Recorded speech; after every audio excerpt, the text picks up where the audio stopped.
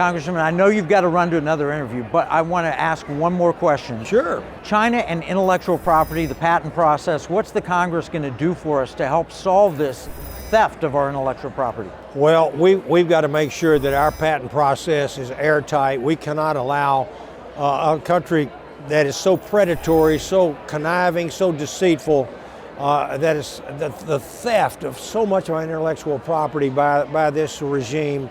Over the years, we've trusted them crazily. We've never trusted the Soviets, and we've been under the we funded them. We didn't just trust them. We funded them. We thought that they would come around to democracy, and instead, President Xi, I think, is supposed to be a great admirer of Joseph Stalin and Mao Zedong.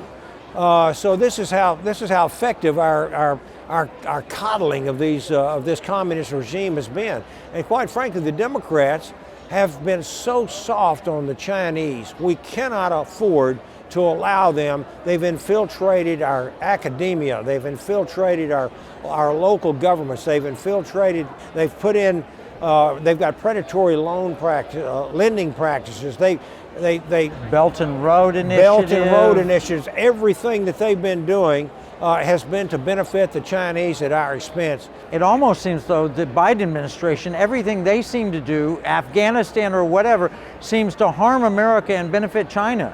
Why is that? Well, I think it may have something to do with look at Hunter Biden, who I think at last count had $31 million given to him and his company. And the big guy. That's right, and the big guy. And I can tell you that there needs to be some oversight there too. We can't prosecute at the congressional level, but we can certainly uncover a lot of this investigation, and we can turn that over to the DOJ. And then, Kevin, we've got to win back the White House. We've got to get honesty. We've got to get transparency, and we've got to get somebody in there who loves America that serves as our president, like we had under President Trump. We had a man that absolutely didn't take a salary.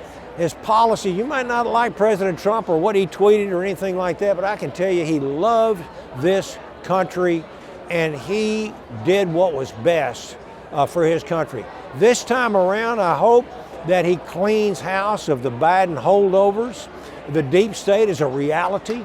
We cannot allow our DOJ to have been weaponized, the FBI, the soon fake. To be the IRS. Absolutely, absolutely. We're going to get 87,000 new IRS agents. How's that going to work out for the American taxpayer? How about 87,000 new border agents? That's exactly right. Wouldn't that be a good choice? Absolutely, that's what needs to happen. So we've got an economic war. It's both a domestic economic war and a foreign economic war, and I appreciate the fact that you're fighting in Congress for the American people.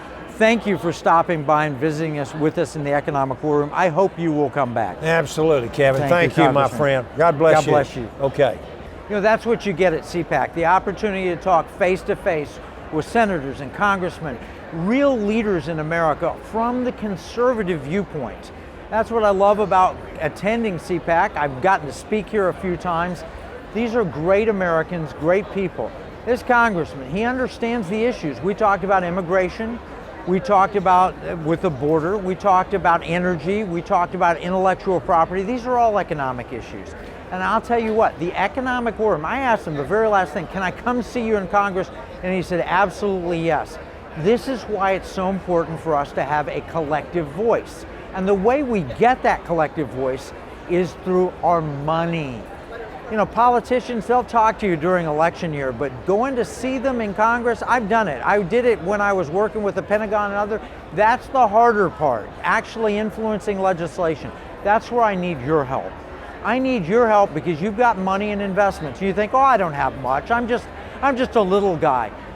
Well, let me tell you, the story of Dunkirk, that miracle was because the little guys banded together and they went and rescued over 300,000 people from the beaches of Dunkirk and saved Western civilization. Our battle now is a little different. We're not facing Adolf Hitler, we're facing communist China, and we're facing the globalists through ESG.